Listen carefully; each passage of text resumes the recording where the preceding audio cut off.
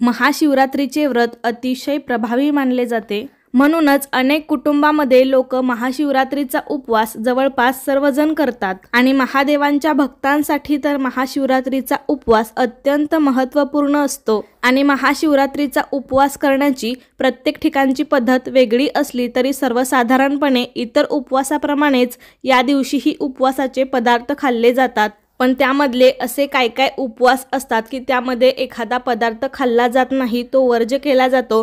तर अगदी त्याचप्रमाणे महाशिवरात्रीच्या उपवासामध्ये सुद्धा असे कोणते 3 पदार्थ खायचे नाहीत हे मी तुम्हाला सांगणार आहे, जेणेकरून तुम्हाला त्या व्रताचं संपूर्ण फळ मिळेल। तर आजच्या व्हिडिओमध्ये मी तुम्हाला महाशिवरात्रीचा उपवास कधी धरायचा, कधी सोडायचा, त्याबरोबर कोणते पदार्थ आपल्याला या दिवशी चुकूनही खायचे नाहीत आणि उपवास सोडताना कोणता पदार्थ खाऊन उपवास सोडायचा म्हणजे आपल्याला व्रताचं संपूर्ण फळ मिळेल, तर अशी संपूर्ण माहिती मी तुम्हाला आजच्या व्हिडिओमध्ये देणार आहे। त्यासाठी हा व्हिडिओ शेवटपर्यंत पहा। पण त्याआधी आपल्या चॅनलवरती नवीन असाल तर चॅनलला सबस्क्राईब नक्की करा। चला तर मग लगेच आजच्या व्हिडिओला सुरुवात करूया। माघ कृष्ण चतुर्दशी ही तिथी महाशिवरात्री म्हणून साजरी केली जाते। यावर्षी शुक्रवार दिनांक 8 मार्च 2024 रोजी महाशिवरात्रीचे व्रत केले जाणार आहे। या दिवशी भगवान शिवाची आराधना आणि प्रार्थना करून व्रत केले जाते। महाशिवरात्रीच्या दिवशी उपवास आणि पूजा केल्याने जीवनात अपार सुख आणि समृद्धी प्राप्त होते। या दिवशी बऱ्याच ठिकाणी म्हणजे सर्वत्र महाशिवरात्रीला उपवास केला जातो, पण शरीर शुद्धीकरणासाठी खरे तर उपवास केले जातात।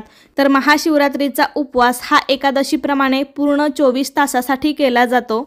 म्हणजे 8 मार्चला सकाळी लवकर उठून स्वच्छ स्नान करून शक्य असेल तर अंघोळीच्या पाण्यामध्ये थोडंसं गंगाजल टाकावं आणि त्या शुद्ध पाण्याने स्नान करून रोजची देवाची पूजा करून तुम्ही शिवलिंगाची सुद्धा विधिवत अशी पूजा करायची आहे। तर ती पूजा कशी करायची ह्याचा देखील व्हिडिओ आपण चॅनलवरती अपलोड केला आहे, तो तुम्ही नक्की जाऊन पहा।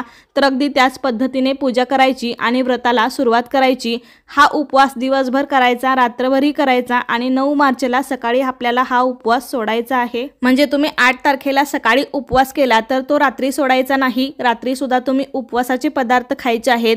मात्र 9 तारखेला तुम्ही सकाळी हा उपवास सोडू शकता। फक्त ज्या स्त्रियांना मासिक धर्म आहे त्या स्त्रिया मात्र पूजा करू शकत नाही, पण तुम्ही उपवास मात्र नक्की करू शकता आणि मनातल्या मनात महामृत्युंजय मंत्र किंवा ओम नमः शिवाय हा मंत्र जपावा, त्यामुळे सुद्धा तुम्हाला व्रताचं संपूर्ण फळ मिळू शकतं। कारण असं म्हणतात की भोलेनाथ भोले बाबा आहेत, अगदी साध्यासुध्या पूजेने सुद्धा ते आपल्यावरती प्रसन्न होतात। त्यामुळे अगदी साधी जरी पूजा तुम्ही मनापासून केली तरी त्याचं फळ तुम्हाला नक्की मिळेल। त्याचबरोबर जी बालके आहेत, लहान मुले आहेत, वृद्ध म्हाताऱ्या व्यक्ती आहेत किंवा जे आजारी आहेत, वारंवार जे आजारी असतात किंवा गर्भवती स्त्रियाने कोणत्याही प्रकारचा उपवास किंवा कोणत्याही नियमांचे पालन करण्याची आवश्यकता नाही। फक्त त्यांनी केवळ भगवान शिवशंकरांचं, महादेवांचं नामस्मरण करावं, मनातल्या मनात किंवा मंत्रजप करावा, एवढं जरी मनापासून केलं तरी त्यांना पुण्याची प्राप्ती होते आणि महाशिवरात्रीच्या व्रताचं फळ सुद्धा त्यांना मिळतं। आता हे व्रत कसं केलं जातं तर हे व्रत 3 प्रकारे केलं जातं। एक म्हणजे निर्जळी, म्हणजे कडक उपवास, ते दिवसभर पाण्याचा थेंबही घेत नाहीत असा उपवास म्हणजे निर्जळी उपवास। पण हा उपवास ज्यांना शक्य आहे त्यांनीच हे करावं, अन्यथा एवढं कडक व्रत करण्याची काही आवश्यकता नाही। आणि दुसरं म्हणजे फलाहारी व्रत, म्हणजे बरेच जण या व्रतामध्ये, या उपवासामध्ये दूध आणि फळांचा समावेश करतात। शेंगदाणे, तळलेले चिप्स, उपवासाचे पदार्थ असे पदार्थ खाऊन सुद्धा हा उपवास केला जातो। आणि असं सांगितलं आहे की या उपवासाला शक्यतो मिठाचं सेवन करू नये, म्हणजे जे आपलं समुद्री मीठ असतं ते उपवासाला चालत नाही असं म्हणतात।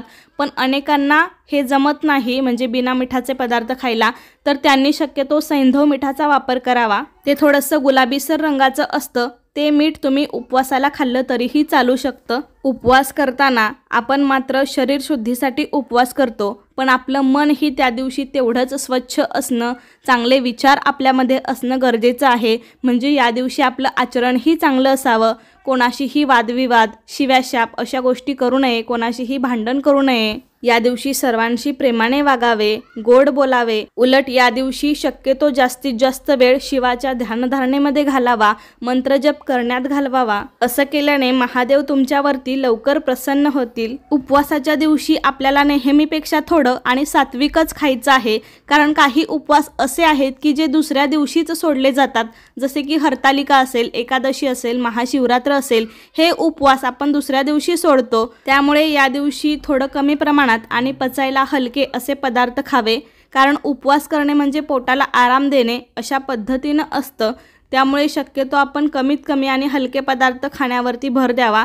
त्यातल्या त्यात तुम्ही खजूर, राजगिरा, रताळे, सुकामेवा, फळे अशा पदार्थांचा जास्तीत जास्त किंवा त्याबरोबर फळांचा सुद्धा समावेश तुम्ही आहारामध्ये करू शकता. त्याचबरोबर बघा, गाव बदललं की सगळ्या पद्धतीसुद्धा बदलतात.